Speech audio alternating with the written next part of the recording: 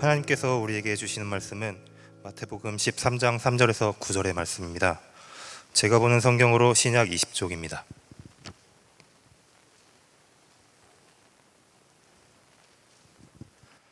이제 마태복음 13장 3절에서 9절의 말씀을 봉독하겠습니다.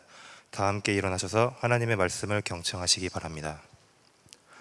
예수께서 비유로 여러 가지를 그들에게 말씀하여 이르시되, 씨를 뿌리는 자가 뿌리러 나가서 뿌릴새 덜어는 길가에 떨어짐에 새들이 와서 먹어버렸고, 덜어는 흙이 얕은 돌밭에 떨어짐에 흙이 깊지 아니하므로 곧 싹이 나오나 해가 돋은 후에 타서 뿌리가 없으므로 말랐고, 덜어는 가시떨기 위에 떨어짐에 가시가 자라서 기운을 막았고, 덜어는 좋은 땅에 떨어짐에 어떤 것은 100배, 어떤 것은 60배, 어떤 것은 30배의 결실을 하였느니라. 귀 있는 자는 들으라 하시니라. 아멘. 오늘은 추수감사 주일입니다. 감사에 대한 말씀을 전하기 전에 먼저 우리 청년들에게 지난주와 오늘까지 많은 청년들을 전도하기 위하여 각양의 모습으로 전도의 마음을 모아준 많은 청년들에게 감사의 마음을 전하고자 합니다. 저에게 있어서 가장 좋아하는 단어 하나를 좀 소개를 하자면, 저는 이 단어를 참 좋아합니다. 바로 거룩한 낭비입니다. 거룩한 낭비. 저는 이 단어가 저의 일상과 삶을, 그리고 생각을 점검하고 또 확인하는 중요한 잣대로 가지고 있는 그런 단어입니다. 누군가의 눈에는 낭비처럼 보일 수도 있는 그 일이지만, 그것이 저에게는 사랑의 언어로 취하기도 하고 헌신의 표현으로 담기도 합니다. 그리고 이것이 하나님의 일하심 속에서 나의 삶의 한 형태가 되어야 한다면 기꺼운 마음으로 이 거룩한 낭비의 삶의 자리 가운데 제 발걸음을 옮기며 지금껏 살아왔고 앞으로도 살아갈 계획입니다. 저는 한 가정으로서 제 아내를 위해서, 누군가에겐 거룩한 낭비처럼 보이는 일이라 할지라도 아내를 위해서 하는 일이라면 거룩한 낭비, 아니 낭비라고 생각하지 않습니다. 저의 헌신과 사랑으로 그렇게 여기고 있습니다. 그리고 저에게 많은 분들이 아직 조금 모르는 것 같은데 너무 잘생긴 두 아들이 있어요. 뭐 누굴 닮아 잘생겼겠어요, 그죠? 이 두 아들을 위해서 내가 할 수 있는 일이라고 한다면 거룩한 낭비, 기꺼운 마음으로 취합니다. 닌텐도를 해도 어떤 아빠들 보니까 꼭 아들 이겼다고 자랑하는 아빠들 있더라고요. 임성광 목사님 같은 아빠들은 그러신 것 같은데, 저는 아주 미세한 차이로 져줍니다. 그래야 게임이 끝나거든요. 이러한 일들을 비롯해서 아이들과 함께하는 그런 시간들, 저는 제 인생에 있어서 시간 낭비라고 여기지 않고 거룩한 낭비라고 여기며 아이들을 위해서 시간을 쓰고, 가능하다면 키즈카페를 누가 왜 만드는지 모르겠어요. 정말 그 사업장, 아이들에게 좋다라고 한다면 가서 8시간이 됐든 4시간이 됐든 그 시간들을 아이들과 함께 하는 것을 즐거움으로 삼고 있습니다. 마찬가지로 우리 교회 목사로서 우리 청년들을 위해서 감당해야 될 몫이 있다라고 한다면 그것이 누군가에겐 낭비처럼 보인다 할지라도 저는 제 인생에 이것이야말로 내가 살아가는 목적이요, 내 삶을 위해서 꼭 선택해야 될 소중한 것이다, 그렇게 여기며 지금까지 올 한 해를 달려왔고 또 내년을 준비하고 있고 우리와 함께하는 모든 시간들을 그렇게 가꾸어 갈 예정입니다. 마찬가지입니다. 우리는 예수 그리스도를 믿는 믿음의 사람이라고 한다면 여러분, 우리는 복음을 위해서 거룩한 낭비를 감당할 준비를 할 수 있어야 합니다. 하나님께서 우리에게 맡겨주신 그 일들을 감당할 때 때론 누군가의 눈에는 낭비처럼 보일 수도 있습니다. 그러나 그것이 나의 정서의 낭비요, 재정의 낭비요, 감정의 낭비라고 여기는 것이 아니라 하나님의 영광과 복음을 위해서라면 이것을 나의 거룩한 낭비로 취하며 우리의 삶의 자리 가운데 이 하나님의 일하심의 역사를 꿈꾸며 사랑의 언어와 헌신의 언어로 취할 수 있어야 합니다. 여러분, 이번 전도할 때 좀 어떠셨습니까? 쉬웠나요?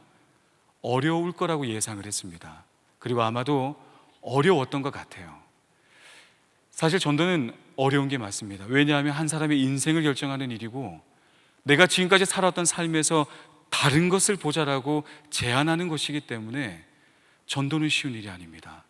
가면 갈수록 코로나가 우리를 그렇게 만들기도 했겠지만 전도에는 우리의 인격이 담겨야 하고 우리의 성품과 우리의 가치관이 그 속에 담기면서 복음이 전달되게 되어 있습니다. 그렇기 때문에 이것은 처음부터 능숙하기는 어려울 것입니다. 그렇기에 다시 한번 여러분을 권면하자면, 여러분들이 작정했던 그 이름들 혹은 마음속으로 작정했던 어떤 사람이 되었든 우리 그 사람을 위해서 기도하는 일은 멈추지 않았으면 좋겠습니다. 그리고 또 하나는, 오늘도 너무 놀라운 게, 오늘 등록하신 새 가족들을 너무 주목하게 하며 부끄러우실까 봐 이쪽 보고 얘기할게요.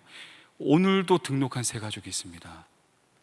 저는 우리 공동체로 올 때마다, 여기서 사역을 할 때마다 놀라운 것은, 하나님께서 이렇게 귀한 새 가족들을 계속해서 보내주는 공동체가 과연 우리나라에 얼마나 될까라는 생각들을 합니다. 그냥 왔겠거나 생각해서는 안 되는 거예요. 이토록 전도가 쉽지 않음에도 불구하고 나의 관계를 동원했고 우리 공동체가 많은 예산과 헌신의 시간을 담아서 준비한 결과보다도 스스로 찾아오는 새 가족이 많다라는 것엔 하나님의 부르심이 있습니다. 한 명 한 명을 소중하게 여기며 우리 그 새 가족들에게 그냥 왔구나 여기지 말고, 너무 부담스럽지 않게, 부담스러울까 봐 쳐다보지 못하겠는데, 부담스럽지 않게 따뜻한 미소와 관심의 마음을 전달한다면 우리 교회에 적응하는 데 더 도움이 될 것입니다.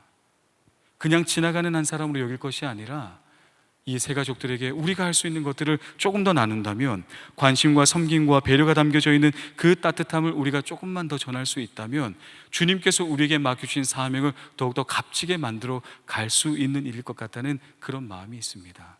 그래서 우리가 계속해서 전도합시다. 뿐만 아니라 우리에게 오는 새 가족들을 소중히 여깁시다. 그리고 우리가 작정했던 그 이름을 잊지 말고 하나님의 일하심 속에서 아름다운 놀라운 열매가 이 우리의 기도의 제목 속에 담겨질 수 있도록 우리가 계속해서 기도하였으면 좋겠습니다. 우리 그 마음 가지고서 우리 좌우 옆에 분들을 바라보고 따뜻한 교제 인사 한번 나눠볼까요? 이렇게 인사합시다. 사랑하고 축복합니다. 한번 같이 인사할까요? 우리 한 번 더 인사합시다. 형제님 자매님이 있어서 전 너무 행복합니다. 날 보고 인사하지 말고 옆을 보고 인사하라고요. 옆을 보고 손발이 오그라드는 거 이럴 때 하는 거예요. 그러면서 또 이렇게 눈빛 교환도 좀 하고, 아무튼 우리가 그렇게 우리의 마음을 따뜻하게 계속해서 나누어 가는 공동체였으면 좋겠습니다. 다시 한번 오늘까지 우리 공동체 안에 복음을 전하기 위해서 애쓰고 헌신하였던 많은 분들의 수고에 다시 한번 감사를 드립니다. 그리고 오늘 플리마켓을 준비했습니다. 많은 분들이 아마 분주했을 것인데도 예배에 나와서 또 이렇게 준비하고 있는 그 발걸음도 볼 때 얼마나 고마운지 몰라요. 흘려 보내볼까요? 어때요? 이 플리마켓의 수익금이 어디 쓰인다고 얘기 들었죠? 미얀마에서 정말 고통받고 있는 많은 분들이 있습니다. 사실 그들에게 그냥 헌금해도 되는데, 그냥 헌금하자고 하면 혹 또 누군가에게는 돈에 대한, 물질에 대한 연약함이 있어서 고민하게 될까 봐 이 자리를 만든 거예요. 교재도 풍성히 하고 지갑 좀 열어요. 환전소에서 캐시를 엄청나게 준비했습니다. 못 바꿀 돈이 없습니다. 여러분 아무거나 입금하신 대로 다 바꾸어 드립니다. 혹시 먹기가 힘들어? 나 줘요. 먹을 준비하고 있습니다. 점심을 안 먹었어요. 그리고 제가 얼핏 듣기로는 수삼이 있다는 얘기를 들었습니다. 건강이 요새 조금 기력이 딸립니다. 여러분 마음껏 쓰세요. 마음껏 쓰시고 교제하고 많은 이들에게 나누면서 우리 결과물들이 나눔으로 쓰인다면 이걸 위해서 헌신한 많은 분들의 헌신이 아름답게 담겨질 수 있도록 고마운 마음을 담으시고, 우리 특별히 임원들에게 많이 격려해 주시고 또 셀러들과 많은 분들에게 고마운 마음과 함께 이 일에 다 참여하셨으면 좋겠습니다. 예배가 끝나면 모든 문을 닫을 것이고 내려가는 길을 한 군데만 열어놓을 거라고 하더라고요. 한 사람도 그냥 가지 마시고 함께 이 흘려보내는 곳에, 이 교제의 자리에 여러분 모두를 초대합니다. 말씀을 시작하겠습니다. 2시 50분이네요. 행복합니다. 어느 날 주님께서는 제자들에게 비유 하나를 들려주셨습니다. 예수님께서는 참 비유의 말씀을 자주 들려주셨다는 걸 복음서를 통해서 우리가 확인할 수 있는데요, 오늘 그 내용 중에 하나를 보겠습니다. 오늘 본문의 말씀 3절 같이 한번 읽어볼까요? 같이 읽자고 할 땐 제가 물을 좀 먹고 싶어서 그러니까 큰 소리로 좀 읽어주세요. 3절 같이 읽겠습니다. 시작.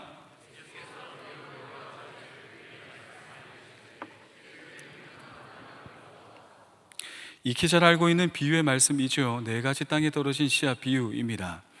모르는 분들은 없을 거예요, 그죠? 이 비유의 말씀은 너무나도 많이 들어왔을 것이고, 어쩌면 이 말씀으로는 이 말씀 하시겠네라고 약간 결론도 이미 연상되는 분도 있지 않을까, 그런 마음들이 있습니다. 먼저 이 비유의 말씀을 조금 더 들여다보기 위해서는 한 가지를 좀 알아야 되는데, 예수님께서는 유독 진리의 말씀을 이야기하시는 것 앞에 비유라고 하는 이 대화의 방식을 많이 사용하셨습니다. 그러면 한번 질문해 볼 수 있죠. 주님은 왜 비유를 사용했을까요? 왜 그러셨을까? 예수님께서 이야기꾼이셔서? 아니에요. 제가 말씀을 해석하는 목회자로서 봤을 때 주님께서 이 비유라고 하는 특별한 언어와 대화의 방법을 사용하신 것은 교육의 수준과 상관없이 일상의 삶의 자리에서 누구나 다 경험할 수 있는 이야기를 통해서 진리를 담으시고, 교육의 수준과 집안의 환경과 그 어떤 것과 아무런 상관없이 누구나 이해할 수 있도록 진리를 일상의 이야기로 빗대어서 말씀하시기 위해서 비유의 말씀을 자주 사용하셨습니다. 그렇다면 우리가 좀 알아야 될 것 하나가 있습니다. 뭐냐면, 이러한 의도가 담겨져 있다는 것을 전제해 놓고 본다면 비유의 말씀을 우리가 묵상할 때, 또 이 비유의 말씀을 더 깊이 들여보려면 반드시 그 당시의 일상의 삶의 자리를 좀 알아야 합니다. 과거의 일상의 삶의 자리와 우리의 일상의 삶의 자리는 사실 역사적으로 보면 2000년이라고 하는 간격이 있기 때문에 우리가 그때의 그 시대의 사람들이 갖고 있었던 일상의 이야기와 일상의 삶의 모습을 우리가 조금 더 들여보지 못한다면 이 본문의 말씀이 조금은 쉬울 수는 있겠으나 깊이 들여다보기는 좀 어려울 것 같습니다. 그래서 그 시대의 이야기들을 조금 더 함께 나눠보고자 합니다. 먼저 질문 드려보겠는데요. 과거 이스라엘이, 지금 이스라엘도 마찬가지겠지만 그들의 기후와 농경, 그리고 우리나라의 기후와 농경에는 같았을까요? 차이가 있었을까요? 당연히 차이가 있겠죠. 우리나라 지역과 팔레스타인 지역에는 일단 기후 자체가 다릅니다. 기후가 다르다는 것은 농사의 방법에서 이미 차이가 있다는 것을 전제하는 의미이기도 합니다. 특별하지 않은 저의 경험을 먼저 이야기하자면, 저는 고향이 두 개예요. 제가 이제 경상도인 것을 많이 이야기는 했을 텐데, 저는 강원도에서도 살았습니다. 13년간을 정선이라고 하는 곳에 카지노가 들어서기 전에 아주 깡촌에서 살았었는데, 그때 그 삶을 살았기 때문에 부모님께서 텃밭을 가꾸실 때, 근데 텃밭의 규모가 좀 컸어요. 노동의 수준의 어머니 보시는 거 아닌가 모르겠네. 너무 행복한 추억으로 그렇게 많은 땅을 이제 농사를 좀 지으실 때 제가 좀 동원되기는 했습니다. 다 기억이 나진 않지만 토마토와 콩, 고추, 상추 이런 채소들을 키워봤던 경험이 있고요. 그리고 오리도 키워봤습니다. 닭도 키워봤고, 계란을 시중에서 사는 거라는 걸 알게 된 게 15살이 되었을 때 알았습니다. 당연히 닭장에서 계란을 가져와서 먹는 게 저의 일상의 삶이었습니다. 많은 농작물들 제 기억에 따르면 기후에 따라서 그 농작물에 맞게 농사를 지어야 했습니다. 때로는 비닐로 땅을 덮어야 했고, 봄철에 비가 많이 내린 후에는 땅을 고르는 작업들을 어김없이 했었던 기억들이 있습니다. 이처럼 우리나라는 우리나라만의 기후 안에서 만들어진 농사의 방법들이 있습니다. 물론 비닐하우스가 있게 되어서 사계절 내내 우리가 과일도, 또 우리가 필요한 많은 농작물들을 먹을 수 있는 시절이 되었지만 농사의 큰 골자는 바뀌지 않았습니다. 그러면 우리의 농사법과 이스라엘 민족의 농사법, 과거의 농사법이 동일하다는 전제하에 오늘 본문의 말씀을 보게 되면, 그래서는 안 되겠으나 그렇게 보게 되면 한 가지 좀 이해가 되지 않는 게 등장하고 있습니다. 우리 말씀을 좀 더 같이 볼까요? 4절에서 7절까지인데, 씨 뿌리는 제가 이러한 행동을 했다고 구체적으로 묘사하고 있는 내용 모르지 않을 거예요. 우리 한 절씩 교독하겠습니다. 제가 4절, 우리 청년들이 5절, 그렇게 7절까지 보겠습니다. 뿌릴새 덜어는 길가에 떨어짐에 새들이 와서 먹어버렸고,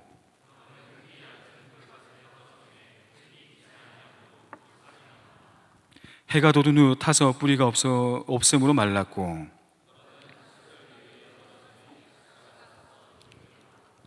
오늘 이 본문의 말씀에 씨 뿌리는 자가 했던 행위를 가만히 들여다보면 우리가 알고 있는 우리의 농사법의 기준을 놓고 그 전제하에 이 본문의 말씀 봤을 때 이해할 수 없는 게 한 가지가 있어요. 씨 뿌리는 사람이 애초에 좋은 땅에다 씨를 뿌리면 되지 않을까요? 아니, 이 비유의 말씀이 어떤 의미를 담고 있길래 길가에도 뿌리고 돌밭에도 뿌리고 가시떨기에도 뿌리고 또 좋은 땅에 뿌렸다고 합니다. 전제 자체가 그냥 좋은 땅에 뿌리면 더 좋은 결과를 맺지 않을까요? 저는 좀 그렇게 보이더라고요.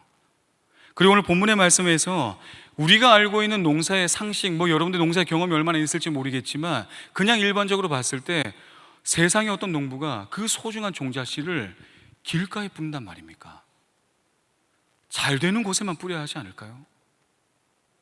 우리가 이렇게 본문을 바라보며 질문하는 것은 이 당시의 문화를 우리가 잘 알지 못하기 때문입니다. 동서고금을 막론하고 그 어떤 시대라도 농부는 자신의 종자씨를 함부로 낭비하는 법이 없습니다.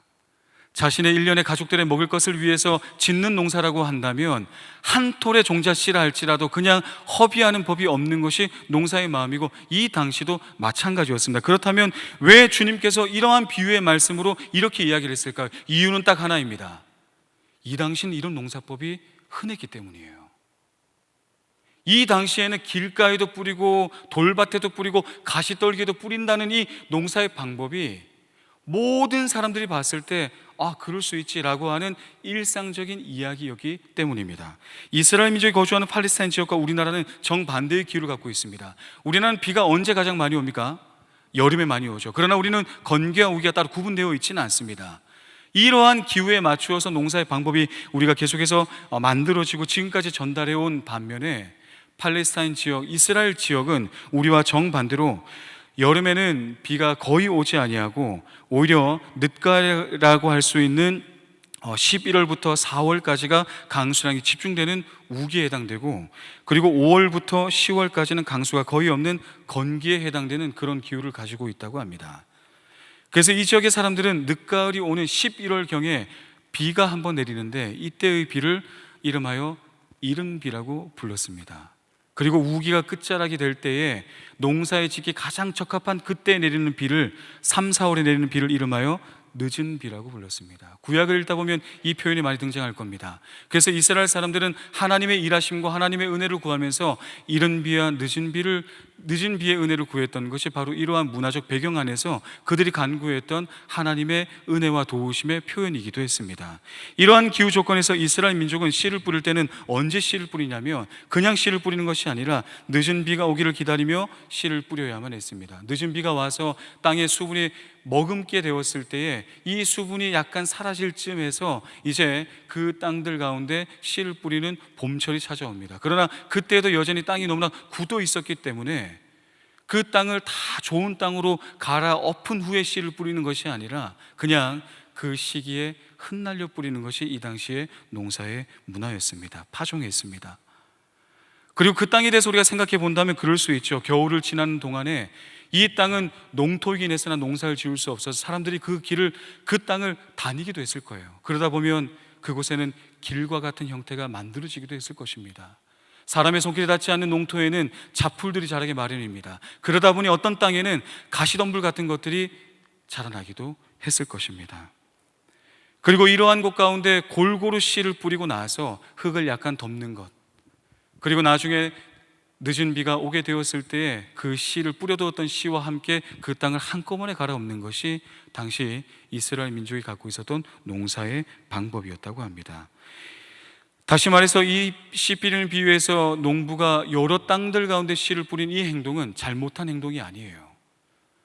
이 땅에다 뿌렸다가 이거 안 되겠는데 라고 알고 뿌린 것이 아니라 이 땅도 나의 소중한 땅이고 길가와 같은 땅도 나의 땅이고 가시덤불이 있는 땅도 나의 땅입니다.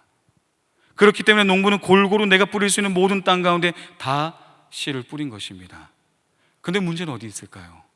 이 땅이 늦은 비가 오게 되었을 때, 이른 비와 늦은 비로 인해서 이 땅에 수분이 충분히 머금게 되었을 때 그 땅이 농사의 환경 가운데 적합한 땅으로 기경되지 않았기 때문에 문제가 있는 거예요. 농사를 짓는 사람들에게 상식적으로 알고 있는 일이 있습니다. 뭐냐면 그 어떤 땅도 농부의 땀과 수고와 헌신이 닿지 않고 좋은 땅이 저절로 맺어지는 법은 없습니다. 아무런 것도 하지 아니하고 아무런 땀도 흘리지 않는데 자연스럽게 좋은 땅이 만들어진 땅은 눈 씻고 찾아봐요. 존재할 수 없습니다. 그렇기에 오늘 이 비유의 말씀은 이렇게 또 생각할 수 있죠. 아니, 땅 스스로가 갈릴 수 있습니까? 누가 갈아줘야 되는 건 비유잖아요. 지금 이게 농사의 방법과 매뉴얼을 이야기하는 것이 아니라 빗대어서 이야기를 하는 거예요. 가시덤불 같은 땅과 돌이 있는 그런 땅과 길과 같은 그 모든 땅들도 좋은 땅이 될 수 있다는 소망과 확신 속에 씨를 뿌렸는데 그 땅이 기경되지 않았기 때문에 여전히 그 땅은 열매가 없는 땅입니다. 그리고 이 비유의 말씀을 볼 때 또 우리가 한 가지 생각할 것은, 혹시 이 비유를 이렇게 해석하는 사람이 있는지 모르겠습니다. 아, 이 비유는 신앙의 단계를 얘기하는 거야. 길가보다는 조금 신앙이 성숙하면 돌밭이고, 돌밭보다는 그래도 가시덤불이 낫잖아요. 왜냐하면 그래도 뭐라도 잘하니까. 근데 이 비유는 그걸 이야기하는 게 아니에요. 길가와 같은 땅이든 돌밭이든 가시덤불이 있는 땅이든 이 세 가지의 땅은 열매가 없는 땅이라고 말하고 있습니다. 다시 말해서 농부의 입장에서, 씨를 뿌리는 사람의 입장에서는 좋은 땅이 반드시 돼야 됩니다. 어느 정도의 수준 가운데 이르는 것에 멈추는 것이 아니라 열매 맺는 땅이 되길 바라는 마음으로 씨를 뿌린 것입니다. 누구나 좋은 땅이 될 수 있고 반드시 되어야 한다는 소망을 가지고서 소중한 그 씨앗을 낭비하는 것이 아니라, 비록 나의 마음이 길가와 같이 메말라 있다 한들, 돌밭과 같이 돌이 군데군데 있어서 어떤 것을 열매 맺을 만한 그런 좋은 땅이 되지 못하는 어떤 처지와 환경이 있다고 한들, 가시덤불과 같은 것이 나의 염려가 사라지지 않는 나의 삶의 현실 가운데 있는 나의 삶의 자리라 한다 할지라도, 주님은 그 땅을 변화시키고 놀라운 열매와 축복의 열매를 주시고자 그 땅 가운데 씨앗을 뿌려 주신 것입니다. 주님께서 이 비유의 말씀을 풀어 설명하실 때에도 이 비유의 결론은 이러한 땅이 되어야 한다라는 결론으로 이 말씀을 하셨는데요, 우리 23절 암송 구절입니다. 제가 암송 구절 뭐라고 얘기했죠? 읊조리는 거예요. 암기 테스트를 하려는 것이 아니라 계속해서 이 말씀을 한 주간 읊조리세요. 그리고 이 말씀을 기억해내세요. 사실 제가 설교를 정말 잘하는 사람이었으면 좋겠지만 그렇게 잘하지 못하는 것 같아서 늘 부끄러운 마음이 있습니다. 그러나 말씀을 계속해서 기억해내기 위한 여러분의 노력이 필요합니다. 암송구절 같이 읽을까요? 23절입니다. 함께 읽겠습니다. 시작.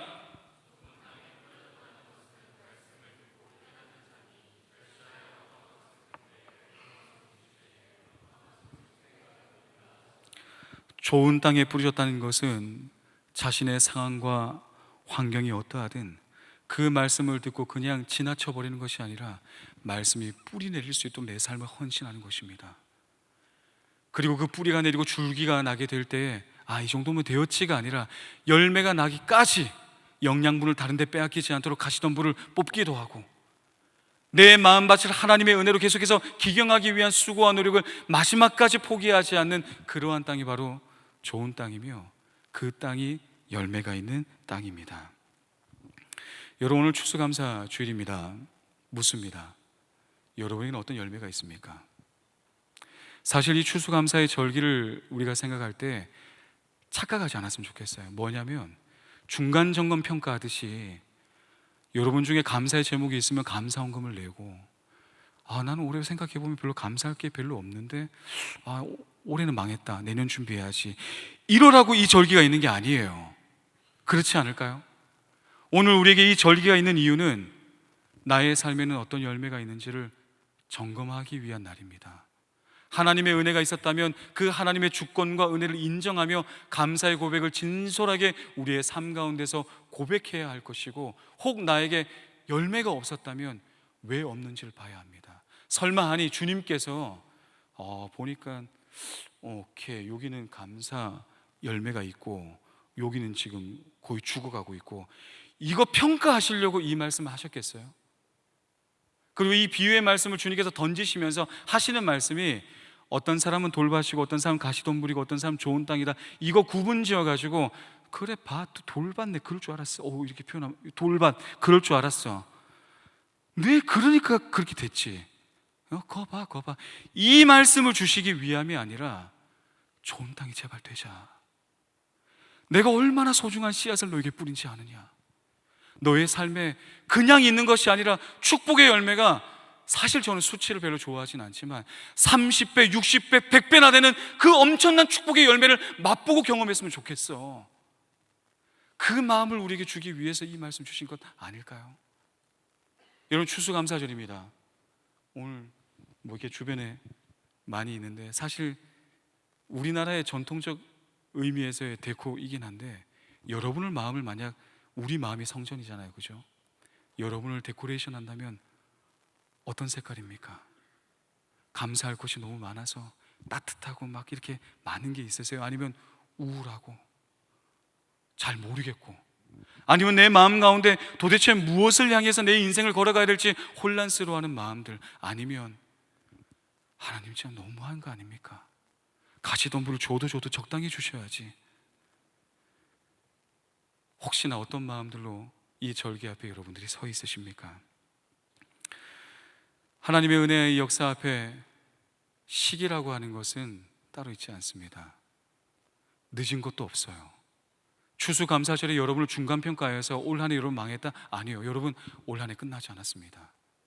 아직 우리에게는 남은 시간이 있어요. 아니, 그리고 필요하다면 지금부터 올 한 해 시작하세요. 농사에는 계절이 있습니다.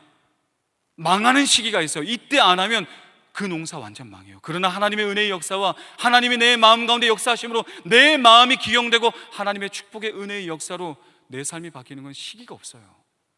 바로 지금이에요. 결단하면 됩니다. 주님께서 오늘 이 말씀을 가지고 우리의 마음을 돌아보게 하신다면, 내 마음에 많은 열매가 있어야 되는데 그 열매가 사실 보이지 않고 뭔가 공허함이 있다면 바로 지금이에요. 열매가 있고 없고에 여러분 주목하지 마세요. 좋은 땅이 되면 당연히 열매가 맺어지는 거예요. 오늘 이 비유의 말씀 가운데 한 가지 핵심은 뭐냐면, 누가 열매가 더 많냐 정렬을 얘기하는 것이 아니라 열매가 맺어지려면 원인, 근거, 좋은 땅이 아니면 열매를 맺을 수가 없다는 거 우리에게 말해주고 있는 겁니다. 여러분 좋은 땅이 되어야 합니다. 결과는 주님께 맡기세요. 저도 사실 다 확신할 수 없습니다. 청년부를 섬기면서 올 한 해 우리에게 어떠한 열매가 있는지 나중에 또 리더들과 또 우리 세론들과 여러분 또 제가 교환을 파격적으로 바뀐 것에 대해서도 피드백을 다 드릴 거예요. 좋은 피드백 많이 해주세요. 내년을 준비하기 위한 피드백이 필요한데, 하나님께서 어떠한 역사들을 우리 가운데 허락하여 주실 것이고 우리 공동체 안에 어떤 감사의 열매가 계속해서 맺어지게 될 것인지에 대해서 사실 저도 다 확신할 수 없어요. 그러나 좋은 땅이 위해서 전 선택하고 있습니다. 여러분이 얼마나 알지 모르겠지만 잠 좀 잤으면 좋겠어요. 저 5시간만 자면 좋겠다, 이런 마음을 갖고서 씨를 뿌리고 있습니다. 내 마음에 주님의 씨가 찾아왔을 때 어떻게든 부여잡고 이 씨가 내게 열매가 맺어지길 구하는 마음으로 그렇게 나의 삶을 경영하고 있습니다. 여러분 우리 함께 합시다. 그리고 또 하나는 이 비유 가운데서 농사라면 당연히 알 수 있는 상식 한 가지만 또 얘기를 하자면, 농부에게 있어서 불가항력적인 힘이 있다는 것을 아마 너무나 잘 알 것입니다. 아무리 내가 성실하게 노력했고 내가 아무리 많은 것들을 하였다 할지라도 하늘에서 비가 내리지 않으면 그 농사는 안 되는 거예요. 주님께서 이 비유의 말씀하실 때 너의 힘만으로 다 할 수 있다, 아마도 그것을 말씀하고자 하신 게 아니었던 것 같아요. 그래서 이 비유, 농사의 비유를 어쩌면 우리에게 말씀해 주신 것이 아닌가, 저는 그렇게 생각하고 있습니다. 늦은 비와 이른 비는 따로 내리지 않습니다. 좋은 땅에만 내리고 길가와 같은 땅이나 가시덤불이나 이런 데는 안 내리는 게 아니에요. 모든 땅에 비는 다 내려집니다. 모든 땅에 씨는 다 뿌려집니다. 다른 곳에만, 어떤 특정한 곳에만 내가 비를 주겠다, 씨를 주겠다 말씀하셨다면 우리는 이 말씀을 다르게 적용할 거예요. 그러나 이른 비와 늦은 비가 안 내리는 땅은 따로 없어요. 씨가 안 뿌려진 땅도 따로 없습니다. 문제는 우리에게 있는 거예요. 여러분의 밭에, 여러분의 마음의 상태는 어떻습니까? 여러분의 인생의 밭은 어떤 상태입니까? 괜찮습니다. 돌이 조금 있어요? 가시덤불도 좀 있습니까? 제가 말씀 다 설명 안 해서 혹시 이 비유를 다 이해 못하는 건 아니죠? 길가와 같은 땅은 어떤 땅이라고 얘기를 해요? 말씀을 듣기는 했으나 금방 잊어버리고 뿌리를 내리지 못한 땅이고, 돌밭 같은 땅은 어떤 땅이라고 설명하고 있습니까?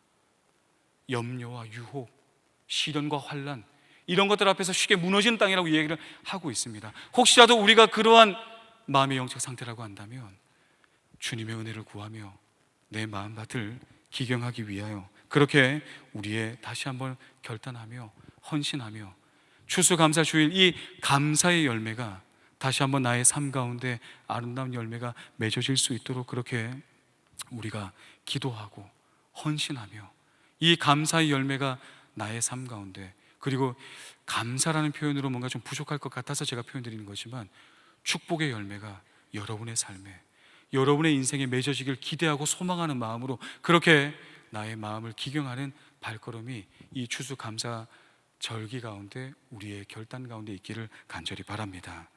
그리고 오늘 본문의 말씀의 방향도 놓치지 않기를 원합니다. 저는 여러분을 정죄하는 게 아닙니다. 이 비유의 말씀도 여러분을 정죄하지 않습니다. 우리의 삶의 자리 가운데 열매가 있기를 원하는 주님의 그 뜨거운 열정 가운데 하나님 나라의 비밀을, 하나님 나라의 놀라운 은혜를 여러분에 초대하고 있는 것입니다. 열매가 있어야 돼요. 열매가 있어야 됩니다. 신앙생활을 열심히 했고, 리더로 봉사를 엄청나게 열심히 했고, 곳곳에서 보이는 거 보이지 않는 거 많이 했는데 내게 열매가 없으면 누구 손해예요? 여러분, 제가 목사로 살아가지만 여러분이 저를 평가하는 것과 달리 하나님이 저를 평가할 겁니다. 그래서 제가 늘 말씀드리잖아요. 여러분들이 저한테 설교 좋았어요, 별로 위로 안 됩니다. 주님이 저를 평가하는 게 진짜 평가니까. 오늘 목사님 좀 설교가 오늘 좀 지겹고 졸리는데요. 그래도 상처 안 받아요. 조금은 받아요. 조금은 받는데 그렇죠. 하나님이 저를 평가하실 거기 때문에 여러분을 위해서 이렇게 헌신하고 수고하고 많은 것을 감당하지만 내 삶에 열매가 없으면 그 얼마나 비극적인 일이겠어요. 이 추수감사주일의 절기, 우리에게는 어떤 열매가, 어떤 축복이 나의 삶에 맺어져 있는지를 돌아보는 감사의 절기가 되었으면 좋겠습니다. 목회자로서 저 개인의 마음을 자꾸 이야기하는 건 좀 조심스럽습니다. 왜냐하면 말을 안 하고 가만히 있으면 좀 있어 보여요. 그죠? 아니에요? 근데 저도 잘 안 됩니다. 제 마음밭을 설교를 준비하면서 돌아봤는데 사실 땀을 많이 흘리고는 하지만 잘 제거가 안 된 것들이 많습니다. 저도 어떨 때는 보면 분노의 감정에 사로잡히기도 해요. 목회자이지만 부끄럽게도 미움의 마음이 막 내 안에 있습니다. 어떤 이야기를 막 듣고 어떤 상황을 들으면 내 마음속에 신경이 많이 쓰일 때가 있어요. 주님께서 기뻐하는 마음이 아닐 것 같은 생각들을 품고서 이불킥도 할 때가 있습니다. 그러나 계속해서 그 마음밭을 기경하려고 합니다. 왜냐하면 내가 그렇게 준비가 된 마음밭이 될 때마다 더 많은 사람들이 내가 목회의 영역 안에 더 들어올 수 있겠다는 그런 마음을 가지고 상처를 곱씹기도 하고 그냥 삼키기도 하고, 하나님께서 나의 삶 가운데 주어진 그 많은 사람들 더 품어내기 위해서 눈물을 흘리며 그 땅을 계속해서 기경합니다. 말씀대로 순종하기 위해서 기경합니다. 그렇게 할 때에 나에게 주어지는 그 열매가 다른 누군가를 풍요롭게 할 수 있겠다는 확신과 기대감을 가지고 나의 삶을 그렇게 살아가고 있습니다. 우리에게 이른 비와 늦은 비를 허락하신 그 주님의 은혜의 역사가 우리와 함께 한다는 것을 절대 잊지 마시고 할 수 있습니다. 그리고 그 열매를 위해서 다시 한 번 더 우리의 삶 가운데 결정해야 될 그 한 가지의 결정, 담대한 믿음의 결정을 우리가 함께 다시 한번 용기 냈으면 좋겠습니다. 좀 지나간 말이긴 하지만 이생망이라고 하는 말이 있죠. 아닌가요? 이생망이란 말이 있죠. 농담으로도 쓰지 말아요. 여러분의 삶이 이렇게 망할 삶 같았으면 주님께서 이 땅에 오지도 않았습니다. 제 인생이 여러분 그렇게 화려할 것 같지 않고, 여러분의 인생 중에도 어떤 사람은 화려하지 않을 수도 있습니다. 그러나 주님이 여러분 한 명 한 명을 얼마나 사랑하시고 여러분의 인생을 통해서 얼마나 많은 축복의 열매와 감사의 열매를 맺어가는 인생으로 여러분을 부르신지 모릅니다.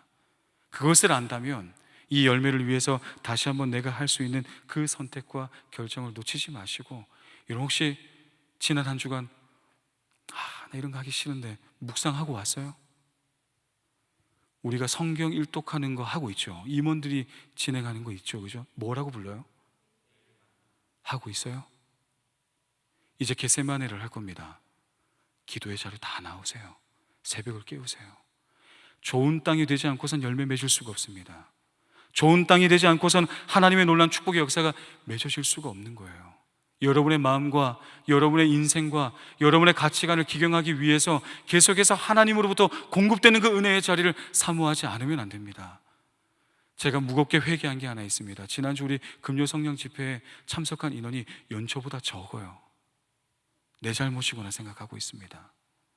여러분, 할 수 있습니다.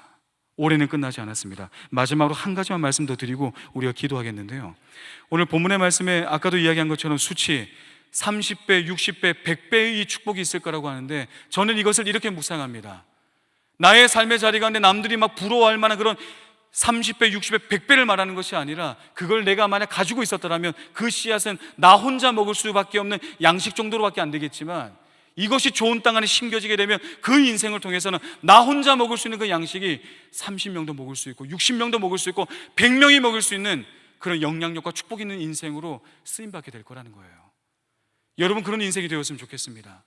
여러분, 한 사람의 삶이 여러분 하나만 잘 되는 것이 아니라 내가 좋은 땅이 되어서 나에게 맺어지는 그 축복의 열매로 말미암아 나로 말미암아 30명이 복을 받고, 나로 말미암아 60명이 배부름을 얻고, 나로 말미암아 100명이, 수많은 사람들이 하나님의 일하심의 역사를 경험하고 축복의 열매를 경험하는 그런 인생으로 여러분의 삶을 다시 한 번 더 가꾸어 나갈 수 있는 그런 헌신이 우리 모두에게 있기를 소망합니다.